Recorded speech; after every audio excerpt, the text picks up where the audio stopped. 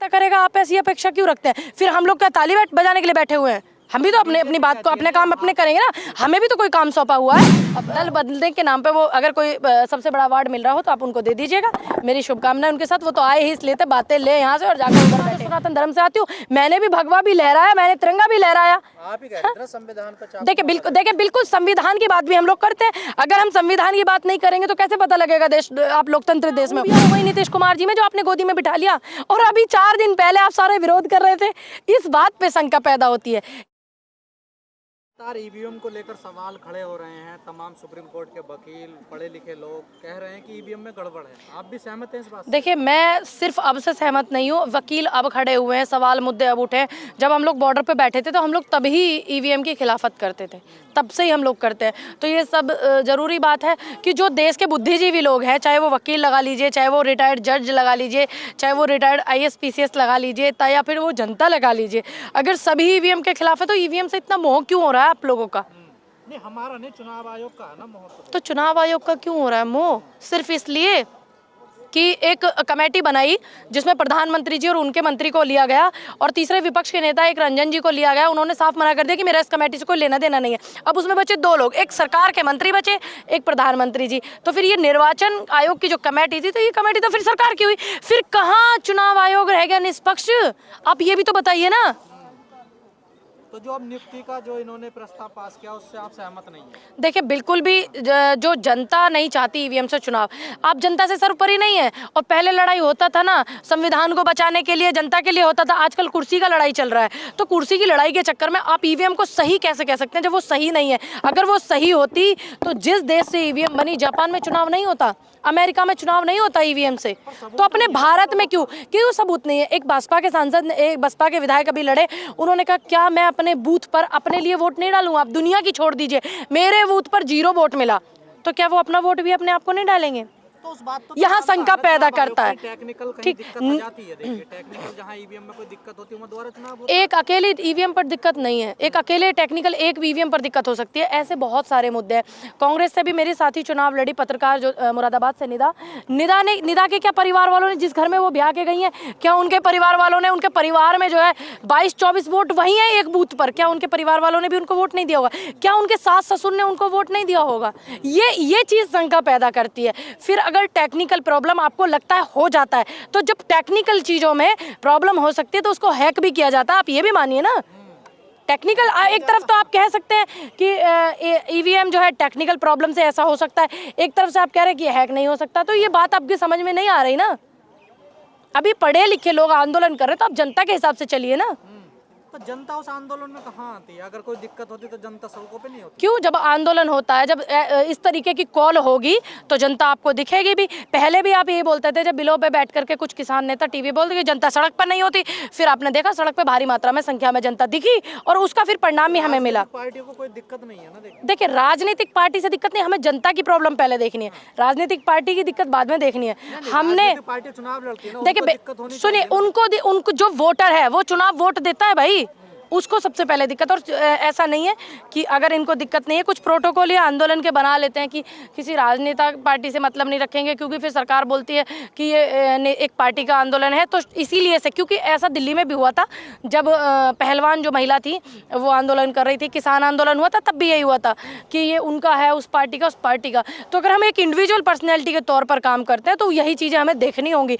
चाहे आज सत्ता में भाजपा है, तो अगर हम जनता के लिए और देश के लिए, संविधान के लिए काम करते हैं तो भाजपा की गलत नीतियों का विरोध करेंगे। कल को अगर सत्ता में कांग्रेस होगी, अगर हमारा मत जो होगा वो देश के लिए और जनता के लिए होगा, तो हम फिर कांग्रेस की गलत नीतियों का भी विरोध करेंगे। यही एक इंडिविजुअल पर्सनैलिटी का मतलब होता है। बीजेपी ईवीएम से जीत रही है। देखिए, आज ईवीएम में आज ये मुद्दा आज उठा है, लेकिन पिछले कुछ समय पहले विपक्ष ने भी कई स्टेट में सरकार बनाई है, तब भी हमने ईवीएम के खिलाफत की थी। ऐसा नहीं है कि नहीं की थी, कि मैं एक पार्टी से चुनाव लड़ी हूँ तो मीठा मीठा अपना और कड़वा कड़वा थू थू, ऐसा बिल्कुल भी नहीं है। नहीं, आपके नेता कुछ बोल रहे हैं, लेकिन शीर्ष नेता नहीं बोल रहे हैं। देखिए, हर चीज एक प्रोटोकॉल भी होता है।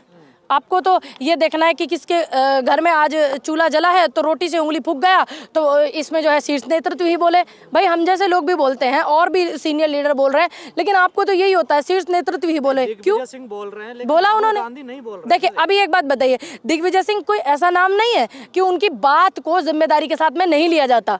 बड़े नेता है वो अगर बोल रहे हैं तो उनकी बात अगर बोलते हैं तो आप ये मानिए ना कि कांग्रेस बोल रही है। नहीं, अगर वैसे तो अगर किसी का अगर वैसे कोई बयान गलत सलत कोई विधायक या कोई छोटा कार्यकर्ता दे देता है विपक्ष की पार्टी का, तो आप पूरा जिम्मेदार कांग्रेस को ठहरा देते हैं। अगर आज एक कांग्रेस का बड़ा नेता किसी बात को जिम्मेदारी से रख रहा है तो आपको ऐसा क्यों लग रहा है कि राहुल जी और प्रियंका जी बोले या कोई शीर्ष नेतृत्व में कोई और बोले, ऐसा क्यों लग रहा है आपको? फिर आंदोलन क्यों नहीं हो रहा? आंदोलन भी होगा, तैयारी चल रही है। सुप्रीम कोर्ट के तमाम वकीलों के, तमाम किसान संगठनों के माध्यम से तैयारी चल रही है। पूनम जी, जिस तरह से राहुल जी की जो भारत जोड़ो न्याय यात्रा चल रही है उसमें ईवीएम का मुद्दा क्यों नहीं उठ पा रहा है? देखिए उसमें क्या है, जो यात्रा है, यात्रा सिर्फ एक जनता के मुद्दे को उठाने के लिए, यात्रा सिर्फ जनता के मुद्दे को उठाने के लिए और अपने अपने मत पे सब अपनी बातें रखते हैं। ऐसा बिल्कुल नहीं है कि नहीं रखते हैं। किसी को यात्रा की जिम्मेदारी दी गई है, किसी को जिलाध्यक्ष, किसी को प्रदेश अध्यक्ष, किसी को प्रवक्ता, किसी को कुछ, तो सभी का एक प्रोटोकॉल है। नहीं तो फिर अगर सारा ही काम राहुल जी करेंगे तो फिर इसको फिर आप परिवारवाद कह देते हैं कि सारा काम देखे परिवार के लोग कर रहे हैं। अगर कुछ काम जो है सुरजेवाला जी कर रहे हैं, दिग्विजय जी कर रहे हैं, तो आप उनको उनका काम करने दीजिए। अब सारे काम एक नेता करेगा, आप ऐसी अपेक्षा क्यों रखते हैं? फिर हम लोग क्या ताली बजाने के लिए बैठे हुए हैं? हम भी तो अपनी बात को, अपने काम अपने करेंगे ना। हमें भी तो कोई काम सौंपा हुआ है, अब उनको भी तो विश्वास करें। नीतीश पर किया था, आप किस पर करेंगे? देखिए, आप जिनकी बात कर रहे हैं वो 9वीं बार शपथ ले रहे हैं, मेरी उनको ढेर सारी शुभकामनाएं हैं। लेकिन आप जानते कैसे जानते? किसान आंदोलन से, किसान धरने से, जनता के मुद्दे उठाने से, इसी बात से जानते ना। तो इसीलिए देश भी उनको जानता है। दल बदलने के नाम पे वो अगर कोई सबसे बड़ा अवार्ड मिल रहा हो तो आप उनको दे दीजिएगा, मेरी शुभकामनाएं उनके साथ। वो तो आए ही इसलिए थे, बातें ले यहाँ से और जाकर उधर बैठे। एक ऐसे व्यक्ति हैं वो जिन्हें सत्ता का सुख भोगने की आदत है, हमेशा वो सत्ता में बने रहते हैं, बुराई चुगलियां करते हैं, फिर सत्ता में बने रहते हैं। बिल्कुल साजिश थी। इसको साजिश नहीं कहोगे तो आप क्या कहोगे? कि मैं मर जाऊंगा उसके बाद जाऊंगा सत्ता में, है ना, भाजपा में। और भाजपा के एक बड़े व्यक्ति का बयान है, गृह मंत्री जी का, कि हमेशा के लिए दरवाजे बंद हैं। तो दरवाजे कैसे खुले? इसका मतलब स्पेशल उनको भेजा गया। ये बात समझनी होगी, ये बात इन कांग्रेस को समझनी होगी, तमाम इंडिया गठबंधन के जितने भी हमारे सहयोगी हैं सबको समझनी होगी। लेकिन पहले गठबंधन के नेताओं को रोका जाएगा या पहले ईवीएम बैन होगी? देखिए, जो रुकता है वो रुके, जो ना रुकता ना रुके, क्योंकि इनकी पार्टी के लोगों को संविधान नहीं पढ़ाया जाता, इसलिए उन्हें संविधान का नियम नहीं पता, ना कायदे पता।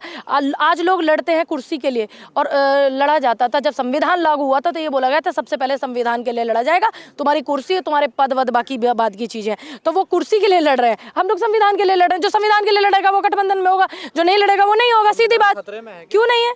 संविधान में चक्कू लेके नहीं घोपा जाता, यही संविधान खतरे में है कि आप एक सत्ता भोगने के लिए 6, 8, 9 बार आप इधर उधर। अरे अब की बार वो जब से जीते हैं, विधानसभा हुआ बिहार में, तो 3 बार मुख्यमंत्री शपथ ले लिए।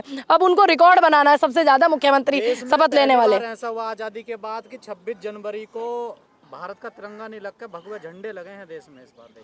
देखिए, भगवा झंडा एक अपने आप में सनातन धर्म की आस्था है, उसको कोई लगाता तो आप रोक नहीं सकते। दूसरी बात, भारत का जो तिरंगा है वो भी हमारे भारत की शान है, सनातन।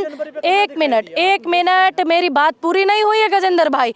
सनातन धर्म का सम्मान भगवा झंडा है और भारत का जो सम्मान है वो तिरंगा झंडा है। और ऐसा एक भी भारतीय नहीं होगा जिसने गणतंत्र दिवस नहीं मनाया। ये सनातन धर्म की आस्था है कि वो अपने धर्म को अपने धर्म की आवाज़ उठाएं, अपने धर्म के नियम कायदे कानून माने। मैं भी ब्राह्मण समाज और सनातन धर्म से आती हूँ, मैंने भी भगवा भी लहराया, मैंने तिरंगा भी लहराया। आप ही कह रहे थे संविधान पर। देखिए बिल्कुल संविधान की बात भी हम लोग करते हैं। अगर हम संविधान की बात नहीं करेंगे तो कैसे पता लगेगा देश आप लोकतंत्र देश में हो। लेकिन संविधान की बात करते करते हम अपने धर्म की बात क्यों नहीं कर सकते? इस पे इतनी शंका क्यों है? अगर मैं अपने धर्म से, सनातन धर्म का मैं सम्मान करती हूँ, मैंने उसमें जन्म लिया, जैसे सबको अपने धर्म में पैदा होने पर गर्व है, ऐसे मुझे अपने धर्म पे गर्व है। तो मैं उसके लिए देखिए, अगर आप सर्वोपरि में ढूंढेंगे तो आप इसमें उलझ जाएंगे।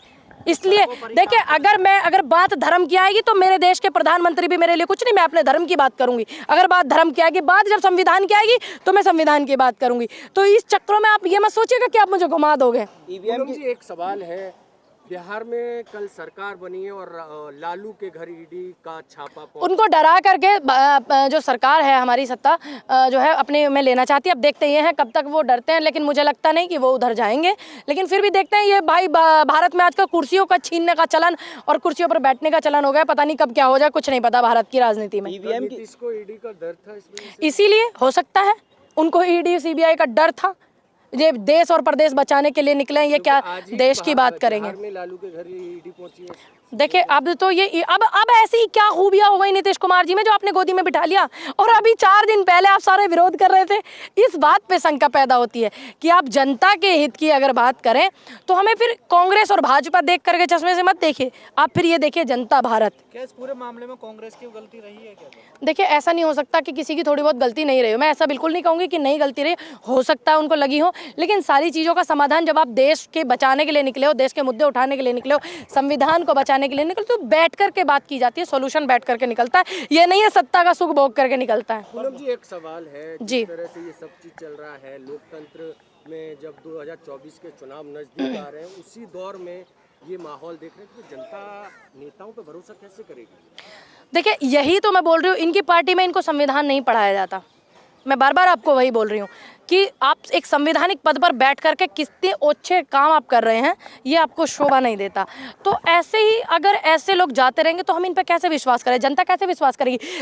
इसी कार्यकाल में नीतीश कुमार जी ने बिहार की जनता को 3 बार मूर्ख बनाने का काम किया है, तो क्या अब 24 में चुनाव है तो क्या अब फिर जनता इनके झांसे में आ जाएगी? तो ये चीज़ तो देख लेगी ना जनता ही। हर बार आ रही है ना। देखिए अब ये चीज़ जनता का, जब इन्होंने वोट लिया तो गठबंधन से वोट लिया भाजपा के, फिर ये सरकार तोड़ करके आ गए कांग्रेस में, अब फिर ये चले गए भाजपा में, तो जनता कब तक? काट की हांडी एक बार चूल्हे पर चढ़ती है, 2 बार हद से चढ़ सकते, तीसरी बार नहीं चढ़ती है। और राहुल जी ने भी बोला है, बिहार में यात्रा पहुंची है, भारत जोड़ो न्याय यात्रा कि बिहार में आप देख रहे हैं कि किस तरह से दोनों के दरवाजे बंद थे और आज खुल गए। इसको सत्ता का लोभ कहते हैं, इसको सत्ता का कुर्सी का लोभ कहते हैं, लालच कहते हैं। तो राहुल का बयान कहाँ तक? देखिए बिल्कुल सही बोल रहे हैं राहुल जी, इसको सत्ता का लोभ कहते हैं। धन्यवाद।